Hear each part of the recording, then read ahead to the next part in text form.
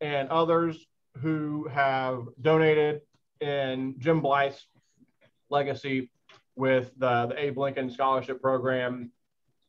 And again, it was great seeing everybody at Jim's service earlier this month. In the second half of August, Lamita and I are hosting a barbecue. Look at that graphic. Look at that. Steele Family Barbecue, August 21st from 1 to 3. If anybody is free and interested in coming, just RSVP. My address is in the directory, but I can get you that. And if anybody wants to stay past the 3 p.m. deadline, that should be just fine. We had done something similar last year where we delivered barbecue to some of the past presidents, as I was picking everybody's brain on best practices. So this will be kind of the culmination of my year's presidency, kind of coming to a close. I'm excited to hand it over to Miss Carol Orbinson. I can't wait. No, I'm just kidding, Carol. But no, so I am going to turn it over to Lou, who will introduce Vance Mang for an update from the Indiana District of KCI. Okay, thank you, Eric. Vance Mang is a member of the Prairie Meridian High School Key Club. Currently is Lieutenant Governor for the Capital Division, and as part of the Indiana District Key Club Board, they have made challenge themselves to raise about $18,000 for Riley Hospital. So let me have Vance join us now, and she can tell you how they're going to do that and how you can help support her if we can. Vance, begin, please. Hi, thanks for inviting me today. Indiana Key Club is organizing Key Clubbers Got Talent, which is benefiting Riley Children's Hospital, and it will take place on October 9th, 11 to 5 p.m., and it will be broadcasted through YouTube, Facebook, and other social media platforms. And any Key Clubber can donate $5 and submit a video of them doing a talent. And the Indiana Key Club is trying to raise at least $15,000 this year, and requiring every LTG to raise at least $250 through sponsorships and donations. And I was hoping you guys could help me reach the goal by donating. And there are many ways you can do so. And you can do so by donating money, writing a check made to Riley Children's Hospital, and the memo would have my name on it, as well as donating gift cards or sending a direct message during the telethon for $15. And the donations will be accepted until August 20th. And I hope you will all consider supporting for such a great cause. If you have further questions, feel free to email me at capitalltg.kci@gmail.com or text me at 317-650-2265. Thanks. We have that information in the newsletter, and she's going to be performing. Our talent is playing the violin. So she's going to be doing that, I believe. So again, as I look at her goal, minimum goal is $250. Her club has said they're going to sponsor for $50 right now. So if we get 20 members to give $10, she's got a goal made. Or if you get 10, give $20, she'll have the goal made. So just asking for support from club members we can so she can reach her goal. Thank you. Great, thanks, Lou. And Vancer, thanks for your time. Looks like she's already back to her engagement. So short and sweet. So we appreciate that very much. Miss Trina Rauterbush will introduce today's speaker, Dr. Charles Payne. Thank you.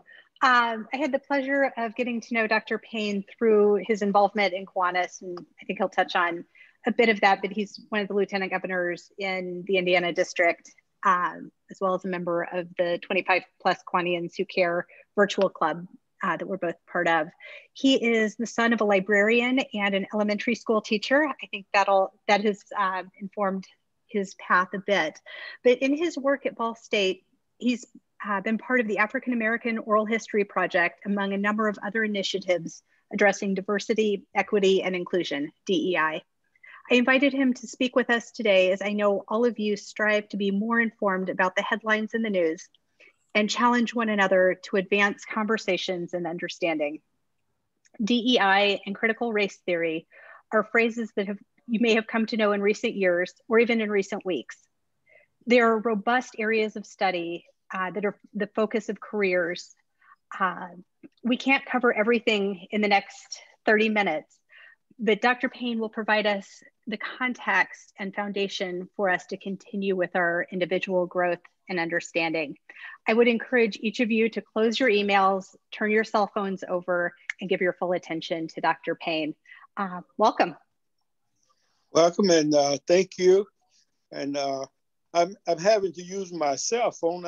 My practice was on my computer, so now I'm using my cell phone. So it's a little awkward. And in the beginning of this, let me say that my approach to doing diversity is I hope is a non-threatening, non-accusatory, non-guilt building approach to doing this. I've been in the area of diversity of multicultural education since about 1972, so I've done quite a bit of this. As we look at think about the notion of critical race theory, you may not agree with it, but one of the things that I hear quite often when people are saying, well, this is critical race theory, we don't want to do that. It's a complete misunderstanding of the definition of critical race theory. Now, for some people, anytime you mention race, they're going to think it's critical race theory, but that's not the case. And I hope that by the end of the day, if nothing else, I can leave you with kind of a short definition of what critical race theory might be. Could I get the first? Okay, who am I? I was born, and a lot of times people like to tell their age, but I'm not ashamed of it. I was born in 1942 in Philadelphia, Mississippi. And I was born during the time of legal segregation, and such that my education included attending all Black school, which I'll describe a little later. But my elementary and middle school was in Booker T. Washington High School. And, you know, as a part of history, when I give the names of the schools that I attended, there's some history built into each one of them. For instance, if anyone went to Booker T. Washington High School, you know automatically that they're African American, because those were the only schools named Booker T. Washington or George Washington Carver. I did my high school work at Piney Woods. It's called Piney Woods Country Life School. That itself is a history. You may want to look that up on the internet, because during the days of segregation, there were some residential African-American schools. I read where there was like 102 of them at one time. Piney Woods today is like one of two of those residential schools that still exist. I did my college work at Rust, that's R-U-S-T, Rust College in Springs, Mississippi. And again, there's a bit of history associated with Rust, and that Rust was founded in 1866. Now, if you keep up with your history, that'll tell you right away that it began right after the Civil War. And it was founded by the United Methodist Church. And the United Methodist Church had the feeling that suddenly you've got a lot of people who were uneducated, who did not have means for college. And as a result of that, Rust College was one of that. And actually, Rust is a part of what's called the 13 original colleges. I won't get into that. And I might add, and I forgot to mention in the introduction, is that diversity in education is a very complex field, as you know. And there are all kinds of stories, and I am a storyteller. There are all kinds of stories that you can tell, but I want to be careful in telling the story, because in telling stories, you get yourself in some rabbit holes that you can't get out of. And I don't want to get into rabbit holes because we only have a few minutes to do this. I went to graduate school at Tuskegee Institute, now Tuskegee University. And of course, Tuskegee was founded by Booker T. Washington. And I get my doctoral work, my doctorate at the University of Virginia. My professional experience includes, I began teaching in 1962 actually in my home county of Neshoba County, Mississippi, in all black schools. I got my master's at Tuskegee, and I was a chemistry major in college. And after I got my master's at Tuskegee, in science education with emphasis in chemistry. I became a teacher at Mississippi Valley State College in 1965. And then I was there until 1968 as a chemistry professor. And from there, I went back to graduate school at the University of Virginia, where I got my doctorate. And just right quick, how did I get from chemistry to multicultural education and diversity? Well, when I was getting ready to graduate my last year at the University of Virginia, I was looking at some placement ads where universities were posting positions, and Ball State University was advertising that they wanted someone to develop and start a multicultural program. And I was with a friend at the time. He looked, he said, "What do you keep looking at? What's so interesting to you?" I said, "Ball State wants somebody to develop a multicultural program." And he started laughing. He said, "Man," he said, "you don't know nothing about multicultural education." I said, "They don't either." So we even with this. And so I thought that given my experiences in working in all Black schools and some other jobs I had, and I knew that multicultural education, particularly in teacher education, was a new field. And I was interested. I wanted to give it a try. And so in September 1972, my wife and I moved to Muncie, Indiana. 2021, we're still here. And I retired from Ball State in 2013. Okay, first slide, please. Let's see that. Okay. American schools before desegregation.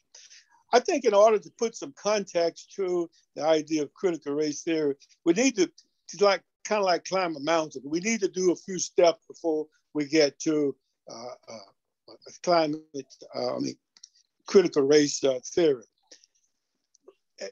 Right after the Civil War, that was what's called the Reconstruction period. And during the not Reconstruction, but let's go with Reconstruction period.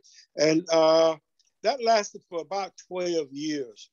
And it lasted until President Rutherford B. Hayes became president through the Hayes Compromise.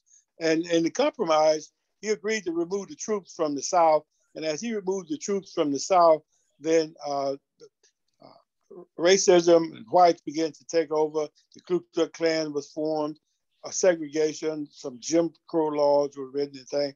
And the first law then that was really passed to put us on the road toward segregation is the Pleasant versus Ferguson, which was passed in 1896 in Louisiana. Now it's interesting that Pleasant versus Ferguson had to do with a train. Pleasant was actually a very light-skinned African-American who was riding on the train, and he was asked to move to a compartment for Blacks, and he refused to do so. So it went to court, and the courts ruled that a train company could provide separate facilities if it was equal, if they were equal.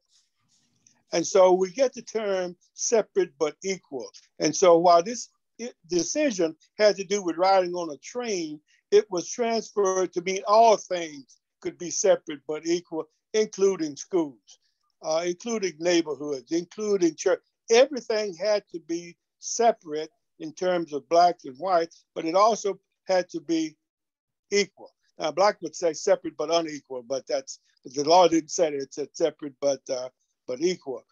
Now, from 1896 then until 1952, we lived under what was called, if some of you may recall, was separate but equal or legal segregation. Now, the Brown decision had to do with schools. And in essence, the Brown decision said that separate but equal school or segregated schools are inherently inferior, and that separate schools had to be eliminated.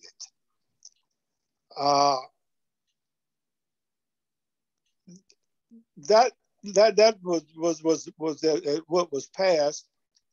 In the southern states, we kept asking, when do we have to do this? When do we have to? I'm trying to get my notes to come up. They won't come up on myself. Okay. When do we have to integrate? When do we have to do this? And there's also then what's called Brown 2, which I won't get into. But Brown, too, in essence, said it must be done with all deliberate speed, meaning that you should do it in a hurry. Now, that also, this is a subject that you might want to look at. There's an interpretation that all deliberate speed actually told the Southern legislators, don't speed, don't be in a hurry to get this done. Now, in 1958, there was the first case, some of you might recall, the Little Rock School, when busing had happened at Little Rock. That was the first indication of first schools trying to integrate. If you look at the all-Black schools, what were they like? The written curriculum, in other words, what was supposed to be taught in the white school and what was taught in Black school on the curriculum was the same thing. The difference was the materials and supplies and resources. As an example, the textbooks that we used were textbooks that had been used at the white school. And when the white school got new textbooks, they sent us the old textbook, such that we were always behind 45, whatever it took for book adoption. We were behind just that far. That was what we received. So between 1952, after 1952, there was a lot of concern, like when is this going to happen about segregation? Then we got the Civil Rights and the Voting Rights Act of 1964. Now, the Civil Rights Act then eliminated supposedly a number of different. Let me get my notes. They're not coming up for me right here.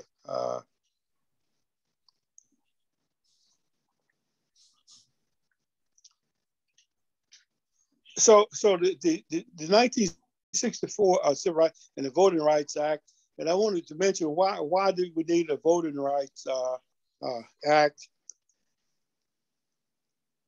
When I started teaching in 1962, African Americans in my hometown in the state of Mississippi could not vote.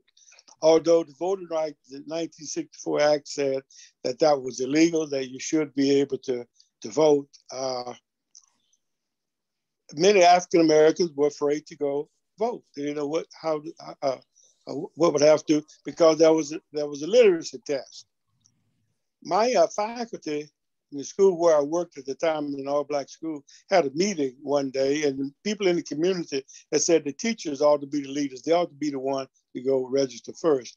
So they had a faculty meeting in which I was late to get to, and you know what happens when you're late to get to meetings. So when I got to the meeting late, they had already voted that I would be the one to go and register to vote. And so anyway, I'll speed the story up. So as I went to register to vote, I went to the office in the courthouse where I should have voted. It had been moved to the sheriff's office. And the sheriff and the deputy this time were the two guys who had killed the 3 civil rights workers. And so as I walked in to register, what do you want? And I said, I come to register. And they pointed to a door and they said, you can go back through here to vote. And these two men, these are large men. They both wore 245s. And they stood in the doorway and turned to face each other. And I had to go between them. And I had to squeeze between them, because if I had touched either one of them, I would have been accused of abusing or attacking the police. So I had to squeeze between. But anyway, when I got in the office, the registrar gave me a tablet, a book, and it was the Mississippi Constitution. And I had to read parts of the Mississippi Constitution to him. And I understand that at the time, I didn't know it at the time, but later on I understood that had I mispronounced one word according to him, I would have been declared an illiterate person with this. Now, once you register, you pass the test, you have to pay what's called poll tax. Poll meaning to pay tax at the poll. And they would not accept poll tax from Black people. So if you tried to vote, you didn't have your receipt for poll tax. As a result of that, you couldn't vote. Poll taxes were not expensive. In today's term, they were about $1, $2, so they weren't. But they were just designed to keep Blacks from from voting. So then the federal government stepped in and said, well, you just can't do this. You should be given, a literature test and all this. And that's what the advantage of the Civil Rights, the Voting Rights Act. Now, some of the things that were gained from the Civil Rights Act was the removal of segregation. Signs that said, Black drink water from these fountains. These are the Black restrooms. All things physical like that were removed. Now, once the Civil Rights and the Voting Rights Act were passed, African Americans as well as white thought the job had been done. We were happy. Nothing else was to be done. But in actuality, what had happened is that as a society, we had removed the low-hanging fruit, the signs, the things of this nature, and that tended to make us happy. But statistically, the wealth gap, the education gap, social gap, the gaps were not closing. And so the question was, why are we not gaining? Could I get to the next slide, please? So why were we not gaining? Because there were different theories as to how society should be integrated. One of the theories was that of a colorblind society. So in order to integrate, we'll just go colorblind. Of course, now, to run a colorblind society, you have to have people that are all equal. There is no difference in people because of skin color. So a colorblind society then also overlooked the idea of institutional racism, which wasn't a term that was used. The colorblind system did not discuss racial issue at all. It did not look at any differences that might be created as a result of race. And another theory then that was used is referred to as the liberalism. And liberalism is the one system then that helped to get rid of the Jim Crow laws, the voting laws, of this. So it had its advantage. Now, one of the things that as a society we may have gained from the idea of the colorblind system is, again, if any of you as old as I am, you might remember that it was only about 1960 before African Americans began to really play professional athletics. But I think with the colorblind system, that was changed. And so we got a number of African Americans into professional ball, because up to that point they played at the historically Black schools, which did not have professional ball afterwards. So we gained some color blindness, I think, in terms of athletics, also in terms of entertainment, and particularly music. I think we gained some from that. Some of you may recall the Diana Ross and the Supremes. But when Diana Ross and the Supremes first started singing, their songs were dubbed over by the McGuire sisters. These were three white sisters that would sing. In other words, the Supremes would not show who was singing. It would be the McGuire. So I think the colorblind society got rid of those practices, and the idea of liberalism then helped to get rid of segregation of this. But in all of these changes, the statistics didn't change between Blacks and whites. So the question was why? And so we had that, and as to why, and that was a persistent change. And so we get the next slide. So the question is, we've changed some of the laws, we've changed some of the practices, and so the question is, why has these inequities persisted? Critical race theory is an attempt to try to answer that question. Okay, now what is the critical race theory? And I have to read my notes look at my notes here. You know, the critical race theory is a way of looking at race relations, particularly within the United States, in a broader context than the traditional civil rights approach. The theory began sometime in the mid-1970s as a number of people in the legal profession began to worry about the slow rate at which laws were changing to promote racial equality. So the critical race theory is about trying to answer that question: why haven't we made the progress that we should have made? Now, critical race theory grew out of critical law theory. And it's important to keep in mind that critical race theory comes from law schools. It comes from Black law professors at Harvard, Columbia, UCLA were the three leading schools. And it comes out of what's referred to as legal study or critical law theory. Now, I'm not a lawyer. I've been in law school, so some of you may argue against it. But some law schools use the idea of critical law theory to explain some of the relationships between policies and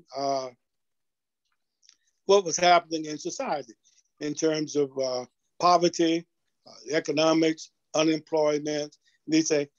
But it did not look at race. So critical law theory did not consider race as a variable in society.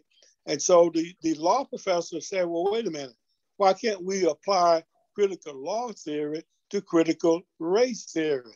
And that's in essence then what critical race theory tries to do. So one of the things then I'd like for you to get from this is that critical race theory is an analysis. It's a legal system. It's a way of looking at how the law or how policies that may not even mention race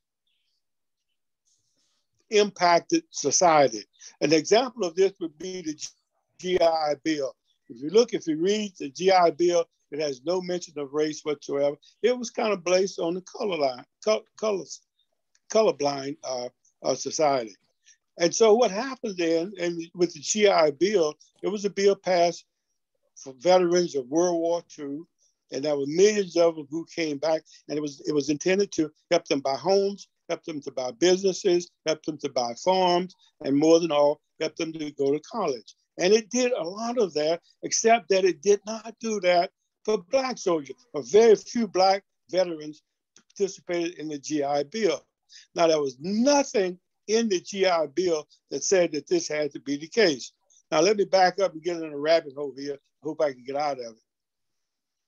One of the founders of the GI Bill was a Representative Rankin from Mississippi, and Representative Rankin was one of the people who resisted the Red Cross from labeling, to stop labeling blood of Black people from blood of white people. Now, let me go a little bit further back. Up to this point, the Red Cross kept blood of Blacks separated from that of whites. But the Red Cross was saying, you know, there's no need to do that. And so they were just going to call it blood, human blood. And Rankin said, no, you can't do that because you're going to mongrelize the society if this is what happens. Now, another little rabbit hole you want to get into is that the person who discovered the blood bank, how you separate blood plasma, was Dr. Charles Drew, who was an African-American. And at the time that he made this discovery, he was working at NIH, National Institute of Health.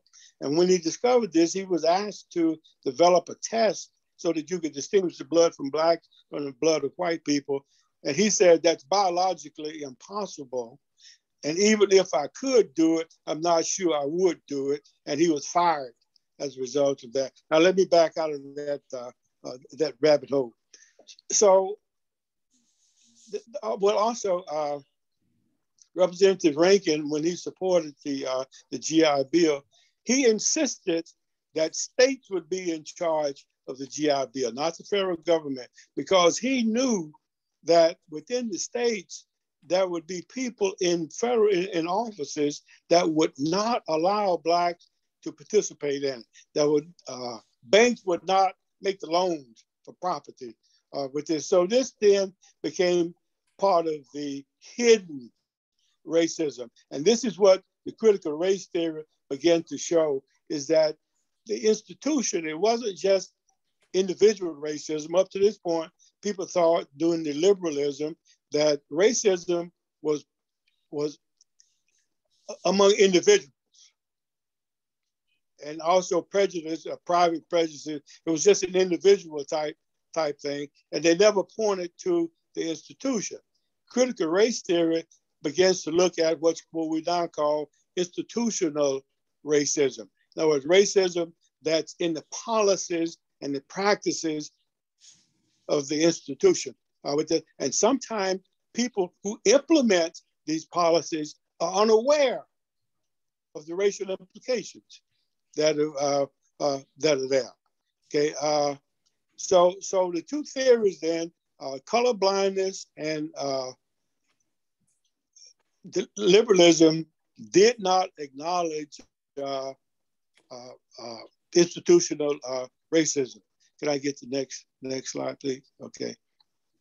Now, you say, how does critical thinking fit into this? Well, if you go into any school and you say, what are your goals? What are you trying to accomplish? I will guarantee you, one of the things they will say is, we're teaching critical thinking. Well, what is critical thinking? If you're a critical thinker, you got to be thinking about something. You can't be a critical thinker about nothing. So what is critical thinking then applied to critical race theory is that the critical race theory then becomes a way of applying critical thinking to critical race theory, looking at racial issues. Now, before I get into that, let me back up and say, here's an example of how critical thinking, I think, works. In order to be a critical thinker, first of all, there has to be some issue, some problem that you're looking at. Someone around 1900 made the observation, a lot of people are not getting an education. Poor kids are not getting an education. Factories and factory owners were complaining that a lot of the people they were getting could read, they couldn't do basic things, they didn't have good behavior, they didn't have good manners and everything. And so the question is, well, how do we solve this problem? So that's the problem that comes up. And so someone, and I'll speed the story up, someone said, what we need is public education. And public education would be paid for by taxes, and we'll call it free education. So as a result of that, critical thinking actually gave us what we call now free education or public schools, which we're so proud of as Americans, and we should be proud of that. So then, when we get back then to critical race theory, it's critical thinking applied to the issues of race. So, what's the origin then of critical thinking? It comes from John Dewey at about 1910, and in order that I think critical thinking, there are three criteria that's important. One is there has to be some problem. There has to be something going on that causes you to begin to think. And then there has to be intellectual honesty that's involved in that. So to be a critical thinker, you have to use true fact. You can't make up your own facts. Well, you shouldn't. Anyway, you're not supposed to. You have to have actual facts and maybe use statistics. In other words, to be intellectually honest, you have to have some proof of this is what you're doing.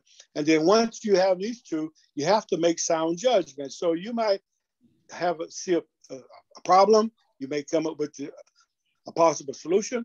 But the question is this the time to do it? Is this the time to present it? So that's how critical thinking is embodied into into the idea of critical race theory. And I might mention this as we go. Since I have retired, there are new terms that are coming out now. One of the terms that you hear now is inclusive excellence. Another term, and Trenda mentioned it, is DEI, diversity, equity, and inclusion. And it's really at the same thing that critical race theory is after, and that is how do we solve this problem of the inequalities that exist between different groups. However, critical race theory is a politically potent word. It's politically charged. Inclusive excellence is not politically charged. I don't think it is. Diversity, equity, and inclusion is not politically charged. And so now the language is trying to go toward programs and toward things that are not politically charged, which I think is a smart move. That's critical thinking. That's being able to say, well, how do we introduce these ideas and not get it politicized, upset people politically? Okay. Trina, how am I doing for time? I lost my watch. How are we doing for time?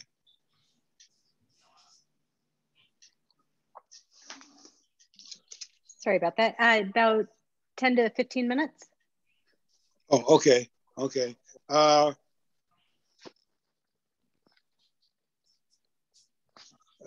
can't quite see my.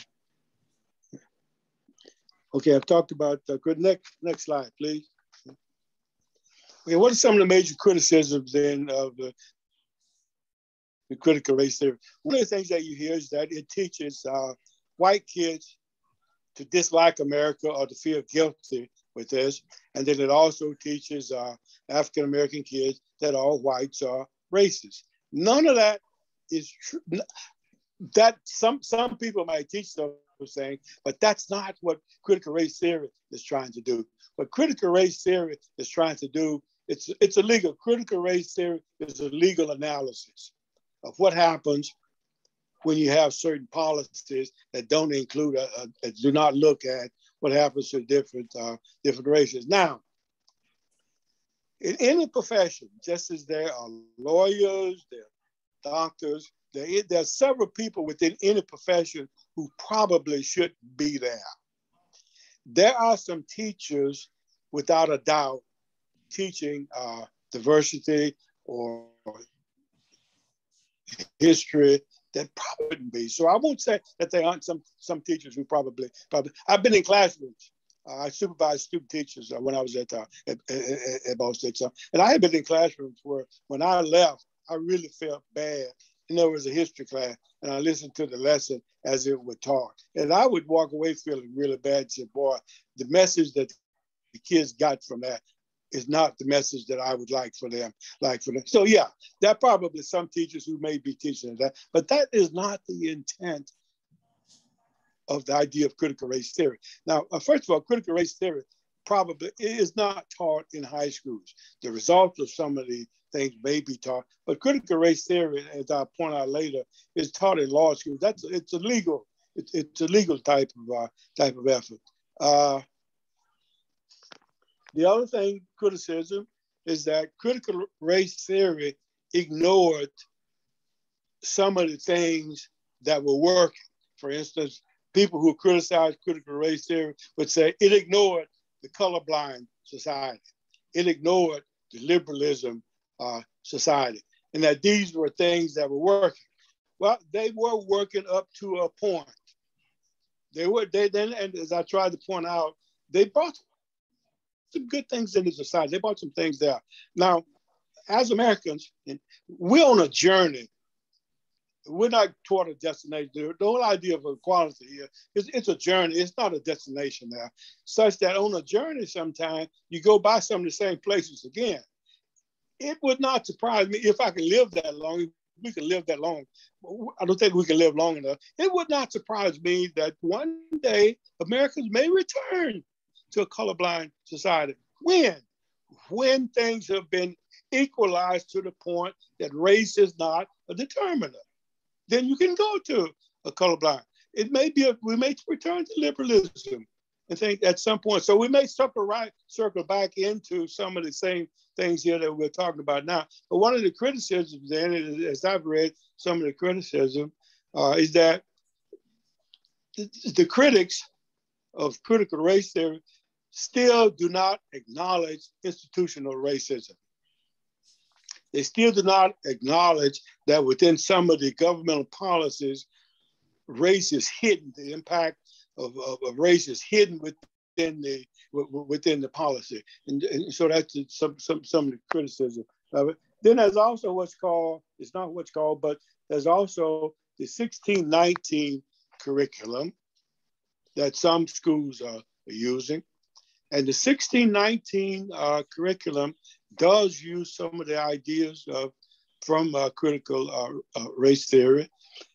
But the 1619 curriculum tends to approach the development of America a little bit different from what you get now. In other words, 1619 curriculum includes the institution of racism. It includes the things that happen to Native Americans, the things that happen to African Americans as they get. Now, again, as I talk about circling around different things, one of these days, we may not call this African American history. We may not call it Native American history or feminist history. We just may call it American history. That's what it is. But until we can get to that point, then we have to put labels on it, and that's what happened. And so the 1619 curriculum, if you read it, I ask you to go read it. I haven't read it from cover to cover. It does have some lessons in it. It has some stories in it. Some of them you may not like. Some of them you may disagree with.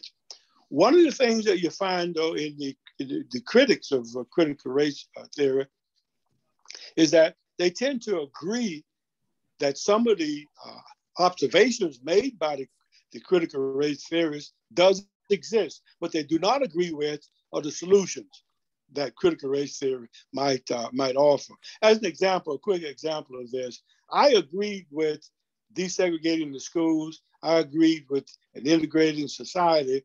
I did not agree with the treatment. I did not agree with forced busing, because in my mind, as I had been into white schools, as I had been into black schools, as attended black schools and taught in black schools, you cannot integrate unequals. And I don't mean unequals in terms of human quality, but in terms of experiences, in terms of things that, in my mind, there's no way that you can put kids from this school, this black school, with kids in this white school with the different resources and all of this, and call it integration, and call it just in my own mind, it just wasn't work. It's going to take time to do that. Now, to do what I would suggest, which is equalize the black schools before you try to integrate. Now, to equalize those schools might take a generation. It may take longer than a generation to equalize them in terms of teaching. And people would say that takes too long. And my answer to that was, yeah, it may take too long, but you'll get there. The way we're going now, we're not going to get there. And again, that's what critical race theory is trying to say. Here's how we get there. So on the one hand, you may agree with some of the observations of critical race theory. You may agree with some of the observations that you see in the 1619 curriculum, but you may not agree with the solution. You may not agree with which was the next slide, please. And what are some of the additional questions then that you might ask? One is, well, where is the theory taught, critical race theory taught? It's taught in law school.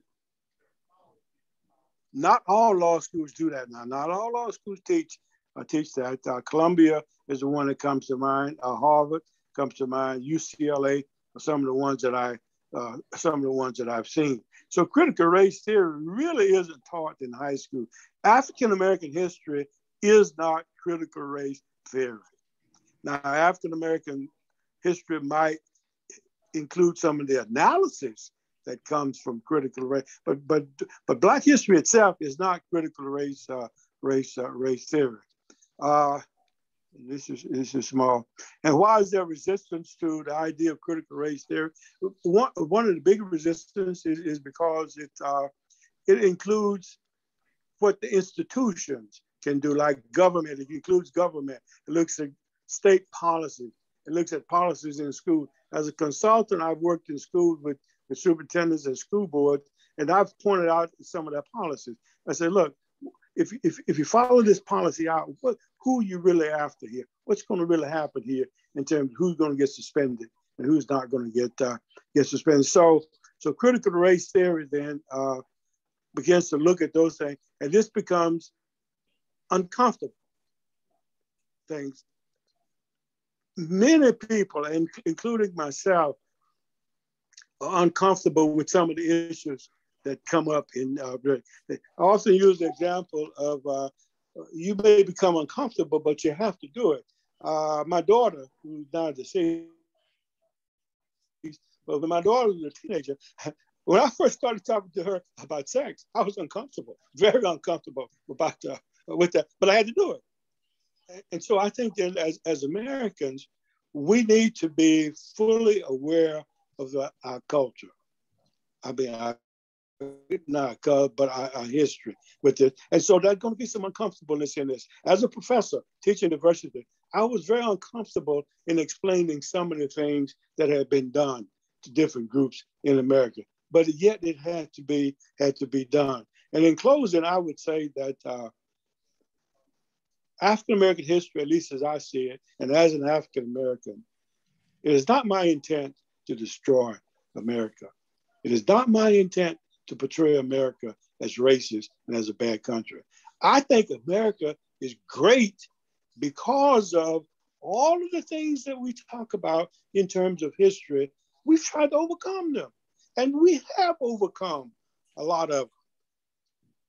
But as Americans, what we're saying is just overcoming some of it and not going all the way is not enough. We want full equality. And that's what the critical race theory is about. That's what African-American history is about. And in no way am I about trying, I don't want to live in I have visited a lot of other countries. And I tell you, I am always happy to get back to America. I'm always happy to get back home with this. And I hope then that my presentation, I've given you some ideas of critical race theory, what it is, and some things to think. And I would like to encourage you to do some reading on your own. Go to the internet and look at some of these things and look at this and try to have an open mind. And again, you may agree with some of the observation, you may not agree with some of the treatment. That's perfectly right. That's perfectly up to you to be able to do it. I don't know, Trina, I'm sorry, I got lost on time. I got in some of my rabbit holes. How do we stand on time? You are perfect. I think we have time for maybe one question, and then certainly if anyone wants to hang around and discuss after we close the meeting, you're more than welcome to. I've got one question in the chat. What have you seen evolve in the curriculum over the past 20 years that you've been proud to see? What's going in the right direction? I've seen some of the content, for instance, literature. In some of the literature classes, I've seen, literature by African-Americans, stories by African-Americans, stories by women, stories by Native American. And so I think that the thing I see is that the curriculum at art, I've seen art teachers using art of different groups. So I am seeing the idea of a multicultural, as I would call it, curriculum. I am seeing that come through. I'm seeing, if I could jump back, one of the things that happened in desegregation is that every African-American administrator lost their jobs. About 60% of Black teachers lost their jobs because integration went one way. It always went to white schools, and white parents did not want Black teachers teaching their kids. White school boards, trustees were not about to have Black administrators. I am seeing now schools return to integrate there, not just with African Americans, but with Asians, with different groups. And so I think that's a very positive thing. I feel very, very optimistic about America, even though now I get a little pessimistic, but I'm optimistic about where we're going as a society. One of the things you can say throughout history, as Martin Luther King says, the arc always goes toward equality. And I think that's it. No matter what we do, we come out of the holes and we continue to go toward equality. That's what I'm proud of. Oh, wonderful. One quick question that just popped up in the chat. Where would or should an organization start if they want to begin a DEI program? What's maybe one resource that you would point them toward? I don't know if a resource I look one and I'll send it to you. But I think it's maybe there are what's called DEI directors and coordinators at university level anyway. With this, you might, I'm assuming in Indianapolis, you might check with the IUPUI or with Marion College, IU Ball State, as an example, would have some. And so I would check with some of the people at maybe the university. I'm saying university because right now, that's where you hear the term being used. Now, eventually it will get down to secondary school, because when I first started doing multicultural education at Ball State, it was a university thing. Now, many schools have their own multicultural diversity directors, so it's coming down. Now, you might start with some of the, Indianapolis Public School, as well as some of the township schools that they have diversity coordinators, and you may start with some of those people. Wonderful. I can't tell you how grateful I am that you took the time out of your day to present this, and I know the work that you put in to make this presentation just for us. So I truly, truly appreciate this. I know it's just scratching the surface, that you've helped our club take a step in the right direction. Eric, I'm going to turn things back over to you to close it out. All right, thanks, Trina. Thanks, Dr. Payne, for joining us. I love your t-shirt. Thank you.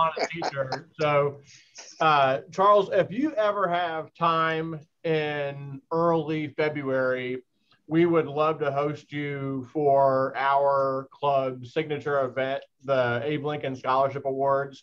So each February, we'll invite every high school within Marion County to submit a student, and our Abe Lincoln committee goes through all those applications, and there is a big lunch where we'll give out $40,000 in scholarship, $16,000 to the winner.